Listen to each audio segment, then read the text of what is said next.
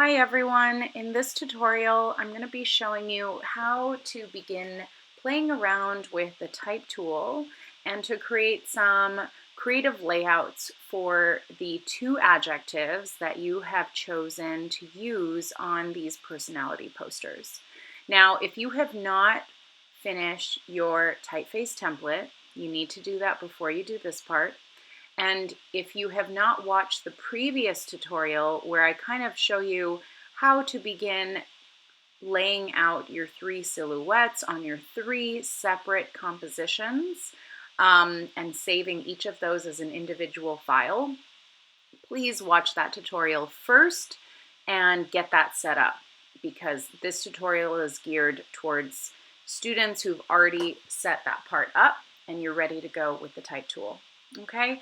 Unfortunately, when I did the screen recording, I'm not able to select the very top part of the screen. It always gets cut off, but I want to show you here that you need to make sure that you select your typography layout in Illustrator. So if you go to the top right of your screen, you should see that it's set to Essentials, and you want to click on that, click on the drop-down menu, and select typography. What that's going to do is it's going to just make sure that some of the tools that you will have to use are going to be easily accessible, and the main things that, well, the main tool I want you to have access to, or at least the main window, the main window is the character window, as you can see over here.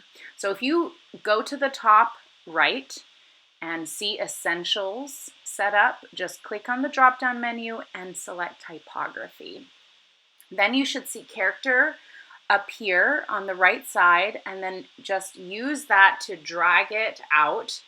And the two things that I would recommend that you have on the right side as you work are layers, because you will be working with layers, and character. Okay, those are kind of the two things that you need right now. So just lay it all out so you can see it and you can work with it. Okay, so the next thing I want to show you is how you can work with the trim view on your composition. So if you go up to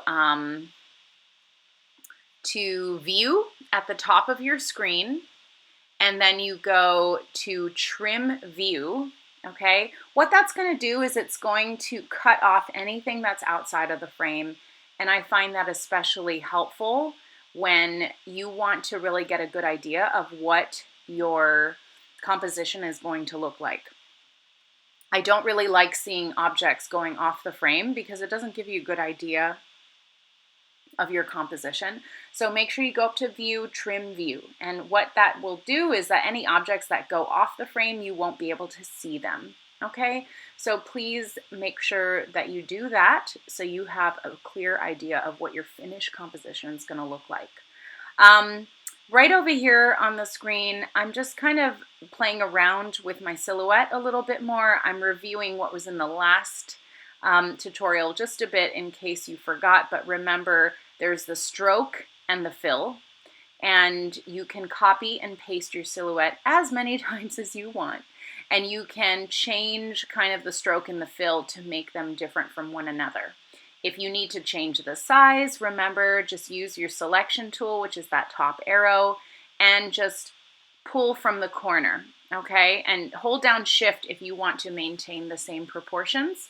If you want to stretch it or you want to squeeze it, then don't hold down Shift, and you should be able to have the flexibility to really change the shape of your silhouette. So I'm just showing you here what I've done in some of the other compositions where I made, one of my silhouettes much bigger, and I have a landscape format here. So in your three compositions, you do want to make sure you have some variety, the variety of exploring landscape and portrait, and also the variety of having different background colors. So some of your backgrounds may be white, and some of your backgrounds may be black, or at least one, right? So, you do want to show that you are truly like stretching, exploring, and iterating here in terms of working with the same kind of components, but mixing and matching them and laying them out in very different ways. So, okay, I'm just preparing this composition to begin to work with type. So as you can see right here, I have one layer, right? So basically I'm laying out my silhouettes to the way that I want them to be, okay? And I'm working with a portrait layout, and I have just a plain white background in this particular composition. And I am going to rename this layer silhouette, okay, and just lock it, because at this point I'm happy to keep the silhouettes the way they are. I created a new layer, and I'm going to name it after the adjective I'm going to be working with, okay? So I'm calling it creative, because that's the first of my two adjectives I'm going to be laying out. So I'm going to click on the path tool. So all of you know the path tool. That's how you did your silhouettes.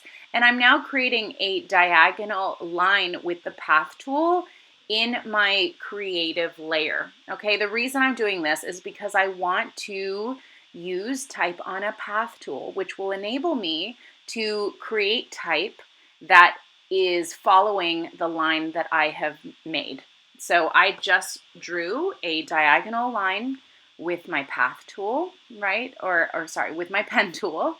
And now I'm just typing in the words creative. Now, the thing is, what is pretty cool about Illustrator is that even though there's an option for type on a path tool, if you use the type tool, just the main T, and you hover over a path line, Illustrator will figure out like, oh, I guess you want to put your type on this line. So as you type your adjective, you should be able to see that it will follow the line. So right now I'm just selecting the typeface I want to use. I highlighted the text, and now I just changed my typeface. I'm using regular, which was one of the types that I had selected on my typeface template. And I'm just kind of like playing around with it. I'm stretching it out a little bit. And I really want to work with this diagonal layout that I have here. So you can sort of see how I've reflected my silhouette, okay? And I want to work with symmetrical balance, but I want to do it in a different way where it's symmetrically balanced based off of a diagonal line. So the diagonal line of creative actually becomes my line of symmetry. So I'm sort of playing around with that, and I want creative to be right sort of on that diagonal line. Now I am actually using my pen tool to do a curved line. So you can see I just made that curve, and I highlighted the whole thing, and I made sure that the stroke was empty, the fill was empty, because I'm just using that as a line to put my text. I select my type tool, I'm hovering over it, and now I'm writing introspective. And obviously, if you see that one of your letters disappears, it just means that it's a little big. So I highlight the whole thing, I select the whole thing, and now I'm using I'm changing the size of the font, okay? And I also want to change the typeface that I'm using because it's the same one as creative, and I want to make sure I'm using two different typefaces.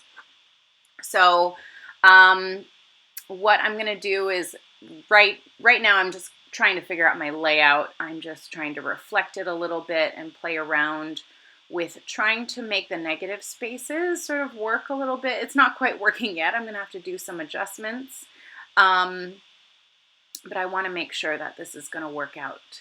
So I'm playing around with reflecting the type. So I just am copy and pasting. So the same way that you copy and pasted your objects of your silhouettes, you can do the same thing with type. And this is really nice because you can kind of select your whole word and just copy paste. And then you can, reflect it in some way if you want, whatever you want to do, right? So you have that flexibility. So at this point in time, I've selected my other typeface now for introspective. And now I'm just sort of adjusting each of the layers. Oh my gosh, and I realize I made a small error. It's not the end of the world. But what I did was I didn't paste introspective on a different layer. So I'm actually copy and pasting it right now to get it on its own layer. And the reason I want to do this and get all of you in the habit of doing this is just so you don't get confused with having too many things on one layer and not being able to lock those layers separately. So I think it's just good practice to get in the habit of keeping things that are uniquely their own on each layer. So I just copied and pasted introspective onto its own layer, okay? And I'm just playing around with my layouts here, and I will rename layer 3 to introspective once I just get that moved around a little bit. So really, like the main tools that you're using should be selection tool, that's the top one. You're using the type tool, and if you want to type on a path, you are going to use the pen tool. The pen tool is what makes that path.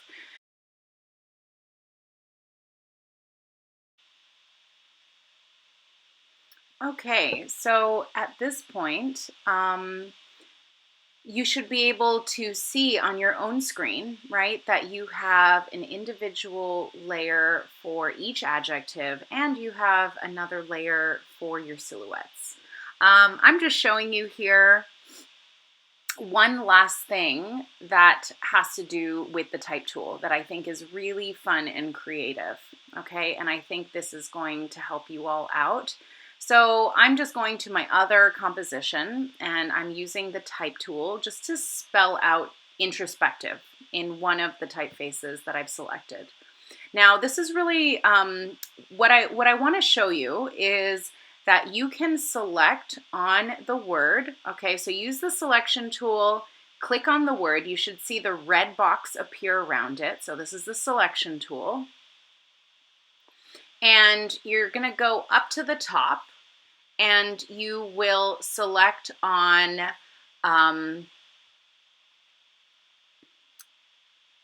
type. Okay, so at the top of your screen, you're going to see type.